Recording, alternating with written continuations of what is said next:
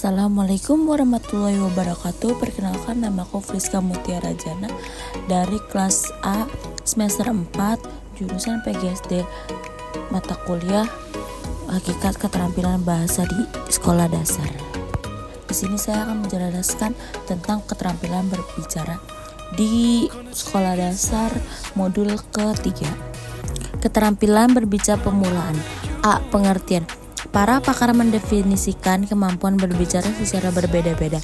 Taringan 1991.215 mengemukakan bahwa keterampilan berbicara adalah kemampuan mengucap bunyi-bunyi, artikulasi, atau kata-kata untuk mengekspresikan, menyatakan, dan menyampaikan pikiran, gagasan, serta perasaan. Sejalan dengan pendapat sebelumnya, Dijago Taringan 1990.2149 menyatakan bahwa berbicara adalah keterampilan menyampaikan pesan melalui bahasa lisan.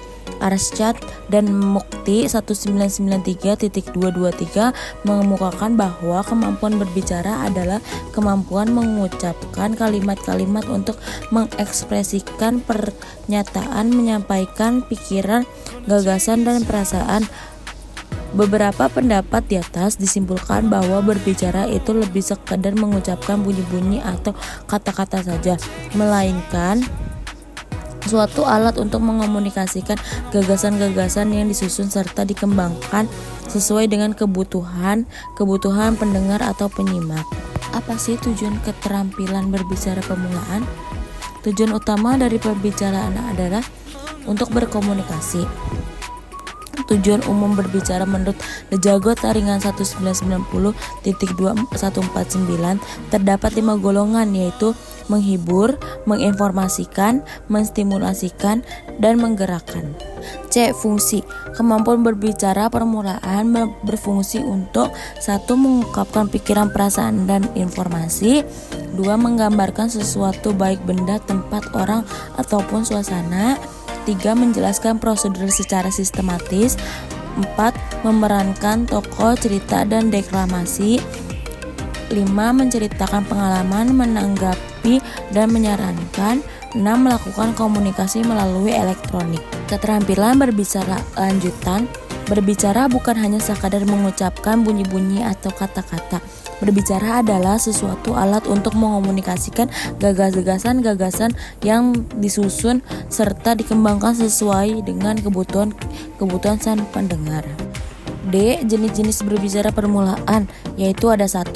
Berbicara berdasarkan tujuan. 2. Berbicara berdasarkan situasi. 3. Berbicara berdasarkan penyampaian. 4. Berbicara berdasarkan jumlah pendengar. 5. Berbicara berdasarkan peristiwa khusus. Adapun kemampuan berbicara permulaan yang sesuai dengan KTSP adalah berdialog, menyampaikan pengumuman, dan bercerita. Tujuan dan fungsi keterampilan berbicara lanjutan yaitu 1. Tujuannya berbicara untuk menghibur. 2. Berbicara untuk menginformasikan. 3. Berbicara untuk menstimulasikan. 4. Berbicara untuk meyakinkan. 5. Berbicara untuk menggerakkan.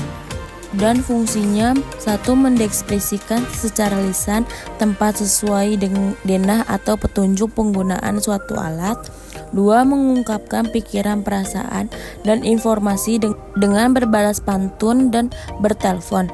3. Mengungkapkan pikiran, pendapat, perasaan, fakta secara lisan dari hasil pengamatan. 4. Memberikan informasi dan tanggapan secara lisan. 5. Mengungkapkan pikiran, perasaan, dan informasi dengan berpidato. Jenis-jenis berbicara lanjutan yaitu 1. Bermusyawarah. Bermusyawarah adalah pemberitahuan semua yang diumumkan atau diberitahukan secara lisan ataupun tulisan. Lalu yang kedua, berdiskusi, yaitu pertemuan untuk bertanya jawab tentang suatu masalah. Berdiskusi adalah bertanya jawab secara ilmiah mengenai suatu masalah. Yang ketiga, menyampaikan argumentasi, yaitu pemberian alasan untuk menolak atau memperkuat pendapat atau pendirian atau gagasan orang lain. Yang keempat, ada pidato, yaitu berbicara di depan banyak orang yang diucapkan langsung maupun dipersiapkan terlebih dahulu. Berpidato menyampaikan pidato.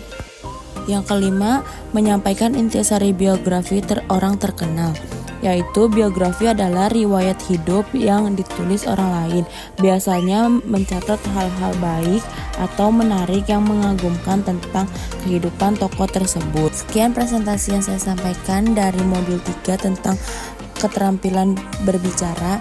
Apabila ada salah-salah kata mohon dimaafkan. Wassalamualaikum warahmatullahi wabarakatuh. Bye bye.